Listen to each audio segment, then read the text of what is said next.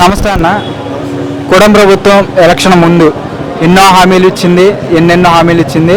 జగన్మోహన్ రెడ్డి టైంలో బాధుడే ఉన్నాయి. ఈరోజు కూటమి ప్రభుత్వం వచ్చి 2 ఏళ్ళు వాళ్ళు చెప్పినట్టు చేశారా, లేకపోతే ప్రజలను ఏమన్నా ఇబ్బంది పెడతాం? కూటమి ప్రభుత్వం చెప్పినటువంటి వాగ్దానాలు కానీ వాళ్ళు ఇచ్చినటువంటి హామీలు కానీ రాష్ట్ర ప్రజల్లో నెరవేరే అనే విషయం మీద ఎక్కడ కూడా లేదు.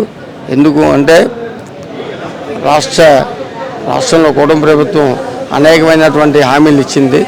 అందులో ఏ ఒక్క హామీ కూడా నెరవేర్చకపోగా దాన్ని గొంతు విప్పి ప్రశ్నించి మీరు పలానా హామీ ఇస్తున్నారు, హామీ నెరవేర్చలేదని చెప్పేసి ఏ రోజైతే కార్యక్రమాలు తెలియజేస్తామో ఆ రోజు తర్వాత ప్రారంభిస్తారు తప్ప వాళ్ళు ఇచ్చినటువంటి హామీలు ఎటువంటి హామీలు కూడా నేటికి కూడా పరిపూర్ణంగా జరగట్లేదు. నారా లోకేష్ గారు విద్యాశాఖ మంత్రిగా ఉండి నేను వచ్చాక విద్యా వ్యవస్థ ఎంతో బాగుపడింది, గవర్నమెంట్ స్కూళ్ళు గవర్నమెంట్ కాలేజీలు టాప్లో ఉన్న జగన్మోహన్ రెడ్డి విద్యా వ్యవస్థను నాశనం చేస్తే నేను గాడిలో పెట్టానండి, నిజమేనా? ఆయన విద్యాశాఖ మంత్రిగా ఉండడం గొప్పే కానీ విద్యలో మాత్రం ఏ మార్పు రాలేదు. అందులో గతంలో మనం చూసుకుంటే స్కూల్ అనేది మేము చదువుకున్నప్పటి నుంచి మొన్నటి దాకా ఎలాగైతే స్కూళ్ళు ఉన్నాయో అలాగే ఉండేవి. మరుగుదొడ్లు ఉండేవి కాదు, అపరిశుభ్రతతో ఉండేది.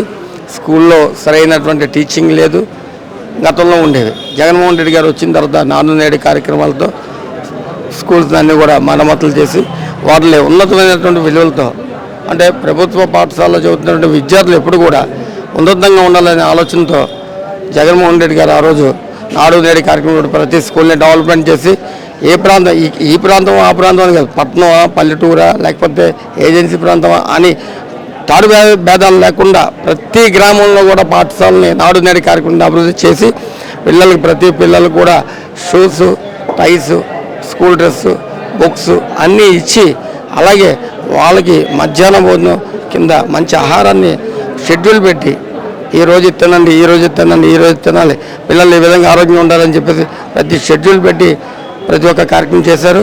కానీ మన కూటమి ప్రభుత్వం వచ్చిన తర్వాత అది మినిమం విద్యలో గురుకుల పాఠశాలలో కానీ లేదా మధ్యాహ్న భోజన పథకంలో కానీ అసమృద్ధమైనటువంటి భోజనాన్ని అందిస్తున్నారు. అలాగే పిల్లలు ఈరోజు ఒక 10-15 రోజుల్లో స్కూళ్ళు తెరవస్తున్నాయి.